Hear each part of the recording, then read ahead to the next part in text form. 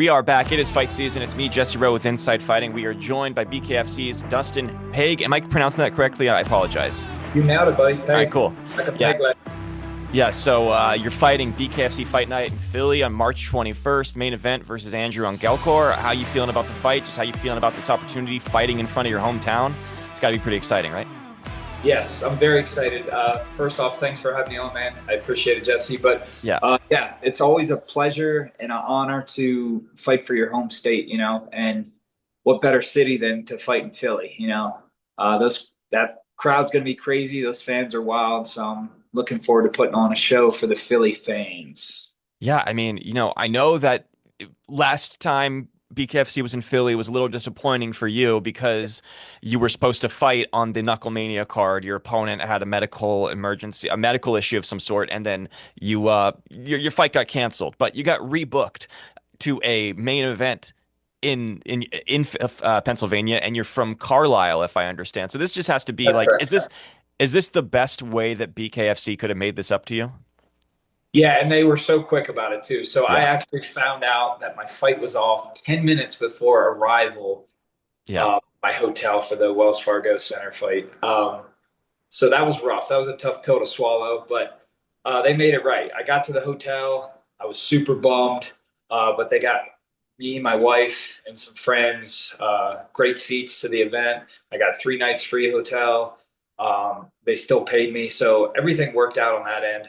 It was just tough, getting to the venue, having the packed out Wells Fargo Center and these fights right in front of me, knowing that I should have been up there. So that was tough, but probably about 20 minutes after my arrival there, they're like, "Hey man, we got you. We're going to get you back as soon as possible." And then about 20 minutes later, my manager's calling me. He's like, "Hey, they got another Philly card happening at the end of March." And I got super excited, but also very nervous because my wife and I are going on vacation to Mexico March 22nd. So I'm like, "What's the date? What's the date?" He's like, "I'll find out." He calls back. He's like, "March 21st. I'm like, "I'll sign. I'll fight, fly out to Mexico the next day." Oh, so you're going on vacation literally the next morning after you fight? Literally the next day. Yeah. So I'll actually, 24 hours. I'll be fighting, and then I'll probably drive home that morning. Then we head to Baltimore to fly out for Mexico the next Right. day. Well, I Yeah. mean, I'd like to think that you're going to be going on vacation without any bumps and bruises on your face. Hopefully, it's a nice, clean victory for you. But it might be kind of cool going on vacation in Mexico, and you got some battle scars to show with it, right? Oh yeah. I'm Yeah. almost certain there's going to be some stitches and lumps and bumps, but as long as there's no major surgery needed, Yeah. I'm with it. So So just I was going through your, like fight history, and you had this nice long career in the UFC, but then you had this like a 5-year break, if I'm not mistaken, right? Between fighting in UFC and then fighting in BKFC, right? yep. So, you know, BKFC is like growing incredibly fast, and it's probably like the fastest growing combat sports company out there, with the exception of the UFC. Do you feel like BKFC is sort of like marketing itself around being this sort of second home to former UFC fighters, former boxers, people that maybe like want to continue fighting, but the opportunities just aren't there in the other promotions? Like, is this the best option for guys that are in their post UFC, post boxing career? I would think so, and it's probably not even something that they did intentionally, but I mean, if you're a fighter and you fought for so long, like I needed this to come up. Yeah. After the UFC, I did a few local shows, but my heart, my mind was not in it anymore. If you're at the top of the top and then you're fighting these low, nobody shows. Not that I was, on a different level, or I looked at myself as too good for those. Right. It just doesn't give you that fix that being at Yeah. the Super Bowl of the MMA world did for me. And it was just a weird stage of my life too. I think my UFC career was cut short just taking last minute fights with injuries, and that's a different story. But Yeah. then I had that long break, like you said, and then my buddy from The Ultimate Fighter, Johnny Bedford, posted on Facebook about the first BKFC show in 2018. I messaged him. I was like, "Bro, am I reading this right? Is it bare knuckle boxing?" He's like, "Yeah, man. this is going to be awesome. You should go in it. This is your thing because stand up's my favorite thing to do during a fight. Just Right. standing with another guy. And what's more badass than doing it bare knuckle? So I'm like, yeah, I want in. So it took a little bit to find the right fight to get me into it. I think my first one was 2021, but Yeah. ever since that day, man, I was hooked. Like, yeah. So to answer your question, I just think it's the most exciting thing for a fighter to get that, to scratch that itch that we all have, even when, we're at the end of our careers, like, and you still want to do it. There's nothing better than a bare knuckle fight with somebody.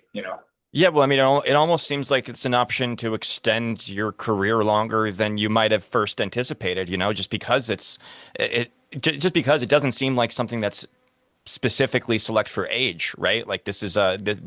people can fight longer in something like bare knuckle. And even guys like look at Mike Perry, he's turned himself into a star. You got Jeremy Stevens, he's turning himself into a star in his post UFC career. Even Dan Hooker just did an interview the other day, and I believe he said that he looks forward to fighting in bare knuckle when his UFC career is over. And it just seems like that's just an incredible way for the BKFC to continue growing, that sort of separates itself from all the other organizations.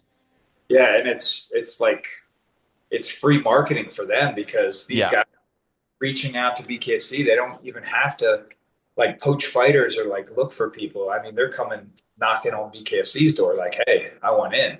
Yeah. So it's just it's a great sport. I mean, what's more entertaining than just two people fist fighting?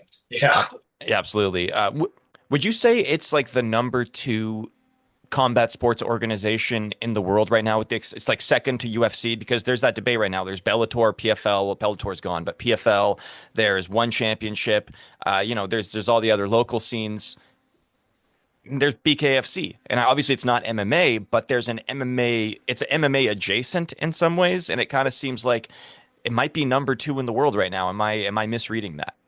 No, I think you're spot on, and we might be wrong with numbers if you're a number guy and based on Yeah. whatever. But as far as it just seems like everybody's on board with it. Like even these celebrities and these current UFC guys and PFL guys, like they all watch it and they're all Yeah. intrigued. So I think you're spot on. It's definitely up there. How much do you think having Conor McGregor's involvement has helped that, do you think? Because I mean, I still feel like Mike Perry still made himself famous before Conor came on board. But Yeah. how much do you think that has sort of pushed the stock upward, so to speak? I would think pretty dramatic. I mean, whether you hate Connor, you love Connor, he's got a huge following. He's entertaining, and I mean, there's probably people that got on the BKFC bandwagon just because of him. So Yeah. it's always good to have a superstar like him representing a company or promotion because there's even the negative things that Connor does in his life is still positive for the company because it's bringing in new views. Yeah. So yeah, it's definitely a blessing to have him Yeah. involved with Any press is good press, right? it. Yeah, Uh, yeah. So let's talk about what happens here with a win for you, because we're obviously looking at Austin Trout. He's the 165. Is he 165-pound champ? yep, he's the Yeah. champ. You got guys like Jeremy Stevens out there. Obviously, Mike Perry is also out there, but he's a middleweight. Just how many fights away do you feel like you are from a title shot, and who do you see next for you after March 21st? Well, I think they're telling me like so my fight against Carlos Trinidad Snake was that was the title contention, So it obviously a loss that I received sets me back a little bit, but I don't think it's a huge setback. I think uh, two more victories puts me right back in that seat. So Yeah. I'm rooting for Carlos to win against Trout. I don't know if he will. I mean, Trout's a stud. Yeah. He's going to have to be on his game for sure to get a victory. But I'm rooting for him because he's my only loss, and I want to get that back. And what better way to get it back than to fight for a belt? So we'll see. I'm looking. My main focus right now is against Angelcor, March Yeah. 21st. Long term goal is 2, 3 wins and be fighting for a belt. Yeah, just out of curiosity, what your thoughts are on Trout because he was he fought against some of the best boxers in the world. I mean, he literally stepped into the ring against Canelo. I've interviewed him a few times. Do you do you see him as potentially one of like the best bare knuckle fighters of all time? Like at this point, just how successful he's been in such a short amount of time. I know he only has 3 fights under his belt, but it seems to me like he's on a different level in some ways. Would you agree with that?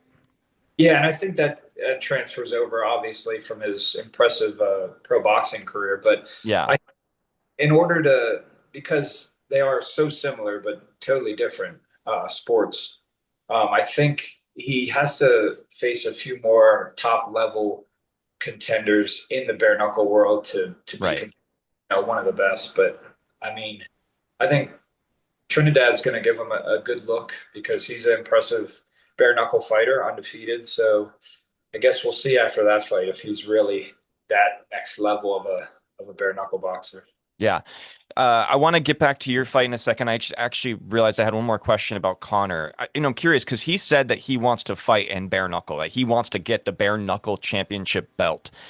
Do you think that Conor taking a fight in bare knuckle is something that the promotion needs to like validate itself to the masses on a more like widespread mainstream appeal? I mean, I do think that that would bring in a ton of views if he were to fight, but Yeah. as far as him being the champ, I just don't see that ever happening. And I think he's at that point in his life that with the fame and the money, I just don't think he has that hunger to be successful. Um, do you know what I'm getting at? Like Yeah. you need something to like drive you, and I don't think he has that. So I think when somebody doesn't have that hunger and that true like thirst to be a champion, they look for ways out. And if he gets clipped or hurt, he's gonna quit. So I don't Yeah. think I he's mean, level to be a champ, but definitely him stepping in the squared circle would be huge for the company. yeah, Man, that would get some crazy views. it would. No, I mean, it seems like it would be he needs the bare knuckle challenge to get excited about fighting again. But you're right. It's like when you sleep. What's that saying? When you're sleeping in silk sheets, it's hard to wake up at 4:30 in the morning or whatever that saying is. So I'm sure that that's part of it for him too. So let's end it here. You got this matchup versus Andrew Angelcor, March 21st. How do you see the fight going? What's your expectation? What's your prediction for the outcome?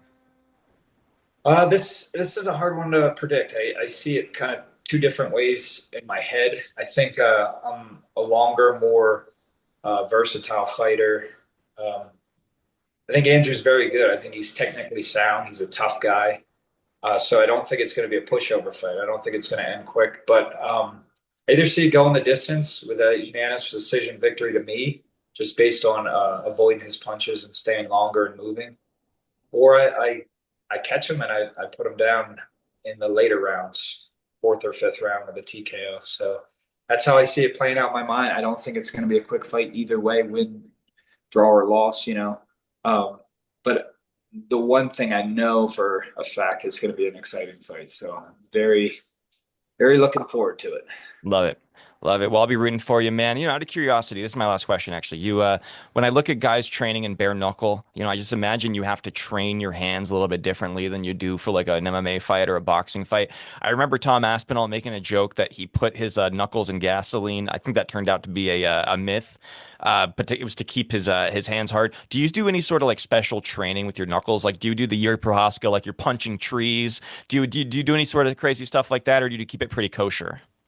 No, I've been fighting for so long, and I've always been a big guy of not wrapping my hands. Like I've never been a fan of wrapping my hands during Yeah.